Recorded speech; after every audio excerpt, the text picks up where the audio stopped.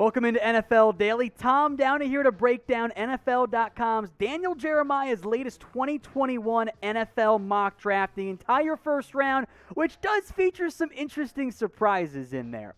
Let's see with the top 4 picks. These are pretty darn chalky. Trevor Lawrence goes number 1 to the Jags. Zach Wilson goes number 2 to the Jets. Justin Fields also goes top 4 to the Falcons. Jamar Chase, probably the biggest change in this one. Number 3 out of LSU, he goes to the Miami Dolphins. A lot of quarterbacks going early. That's not much of a huge surprise. What is also fairly chalky with this mock draft is that Penei Sewell goes number 5 to the Cincinnati Bengals. If he's there at number 5, that pick certainly makes quite a bit of sense.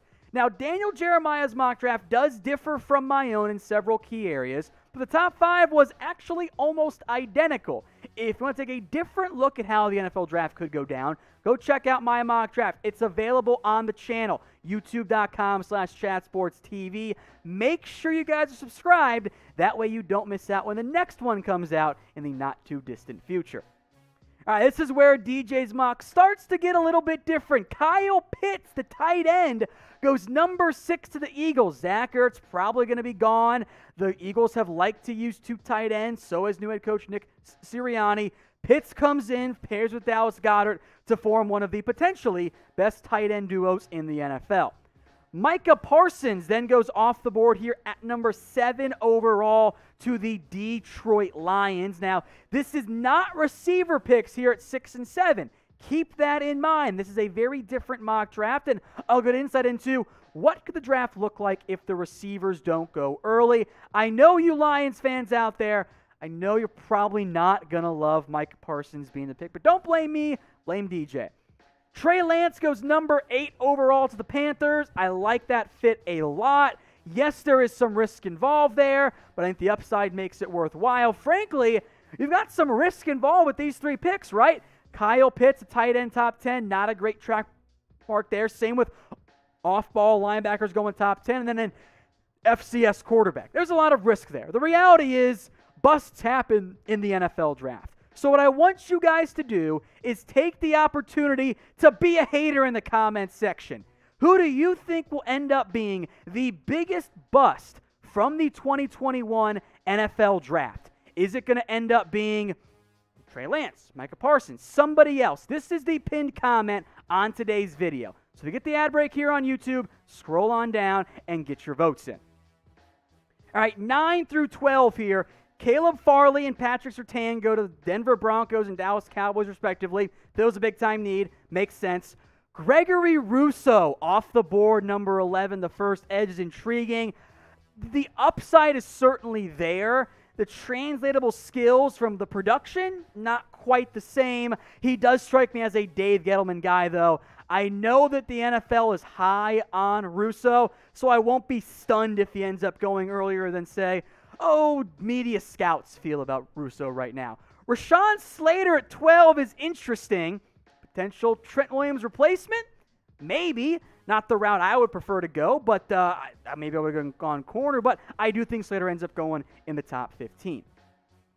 Now, NFL fans, it's time to get yourself a new jersey. It's a perfect time because they're on sale under $80. Head over to chatsports.com/jersey deal. They got them for all 32 NFL teams, bunch of different players, and of course, variations on the different colors of the jerseys. Chatsports.com/jersey deal. I will put that link in the comments section and in the description. They got the new jerseys. You Bengals fans who might be getting some new jerseys in the near future, they'll have them there, of course, as well. I'll put in the comments and in the description so that all you guys have to do is head over, click shop, and find whatever jersey you want today. Here come the receivers. Jaylen Waddle off the board of the Chargers. You got Keenan Allen. Maybe you keep Mike Williams. Maybe you don't. Add a vertical threat in Waddle. Tell you what, it's fun if you're Justin Herbert. Surprise pick, Devonta Smith falls all the way down to number 14 where the Minnesota Vikings take him. Now, this is interesting because Minnesota did not run a lot of 3 receiver sets. And you have Adam Thielen, and you have Justin Jefferson. Maybe the value's too good. Maybe they want to move on from Thielen. Probably not, but it's an interesting and I would argue probably a bit unlikely pick here by Daniel Jeremiah. So Smith falls all the way down to number 14, who's been hyped, of course, as a potential top 3 pick. What do you guys think is the percent chance that Devonta Smith does not go in the top 10? It's not 0. It is a non-zero sum. We know there is a possibility. After all, we didn't see CeeDee Lamb falling all the way down to 17 last year, so make your best guesses. The percent chance that Smith does not go in the top 10. Another surprise pick, J.C. Horn off the board at number 15, which makes sense maybe if the Patriots were to move on from Stephon Gilmore. Jeremiah's got a pretty good insight to what NFL teams are thinking. Maybe he knows something there. Elijah Vera Tucker comes off the board here at number 16 of the Arizona Cardinals. DJ said they play him at guard. I'm fine with that. Getting a better run game and protecting Kyler Murray, certainly a top priority for Arizona. 17 to 20 now. Kwity Paye, I like that fit. Strikes me as a very much of a Mike Mayock, John Gruden type of prospect out of Michigan. Najee Harris off the board, number 18, to the Miami Dolphins out of Alabama. Give them a new number 1 back. I like the Christian Darrisaw pick at number 19. Franchise left tackle potentially if they take care of quarterback. And then Kadarius Toney, the receiver, who you take him at 20, probably means you moved on from Allen Robinson. Haven't seen too many Bears receivers picks in round 1, but that's what DJ went with there. Now for some names you might not have heard of, or at least not very often. Greg Newsome, the cornerback out of Northwestern, who we haven't really talked about all that much on the show. I don't mind DJ including him here. I think after you get beyond the top 3 corners, it's kind of a muddled field from 4 to like 13 in terms of who ends up going where. So it certainly fits a need for the Indianapolis Colts. Jalen Phillips, who if medical is clear, may not be, probably going to be a top 30 pick in this year's draft out of Miami. Tennessee needs an edge rusher. No complaints there. Certainly fills a big-time need. So it's Newsome, Phillips, and then Ronnie Perkins, who I don't think anyone's even asked about on any of our live mailbags. Edge rusher out of Oklahoma. I like seeing him get some hype. There, of course, are some flaws there, but he was damn good against Oklahoma State in particular. We'll see that gets him in round 1, but I think much like the cornerback class, the edge class in general, it's so muddled in terms of who's going to go late round 1, who's going to go early round 2 and mid round 2, that might be an area where you see some prizes. So I like Jeremiah putting in some different names here. Steelers get a potential left tackle, Jalen Mayfield out of Michigan at number 24 overall. Some think he might have to move to guard or even right tackle. Of course, he played right tackle mostly at Michigan, but Pittsburgh has needs all over the offensive line, so I think it's a pretty natural fit there.